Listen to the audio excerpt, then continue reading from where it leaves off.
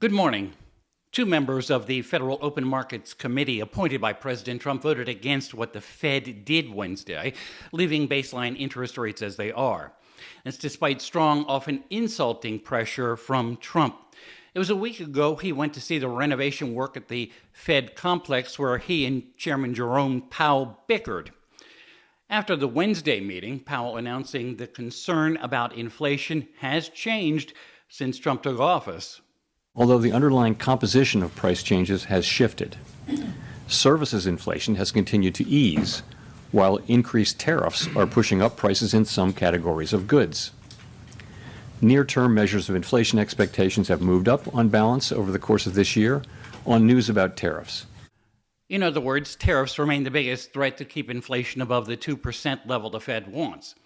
Tomorrow is the new deadline day, and President Trump has been setting levels for a number of large trading partners. South Korea and Japan will have 15% duties on imports to the U.S., on top of the baseline 10%, maybe for certain goods, etc. It's all very fluid anyway, as Trump continues to say nations that have not come to the table still can do so after the deadline.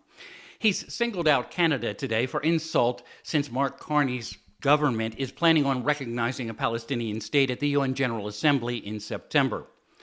And then there's Brazil, where the president is imposing, quote, 40% tariff to address the government of Brazil's unusual and extraordinary policies and actions, end quote. That's on top of the baseline 10%. And the extraordinary policies is that Brazil's former president Bolsonaro is on trial for trying to overthrow a valid election that Bolsonaro lost. This morning, the president called Jerome Powell, quote, too angry, too stupid, too political, in all caps. Well, yesterday, the president was asked about what to do if interest rates are lowered too fast, too much, and coupled with tariffs, should inflation rise? If that happens, what you do is you raise your rates and you do what you have to do to stop inflation. But we're keeping the rates high, and it's hurting people from buying houses.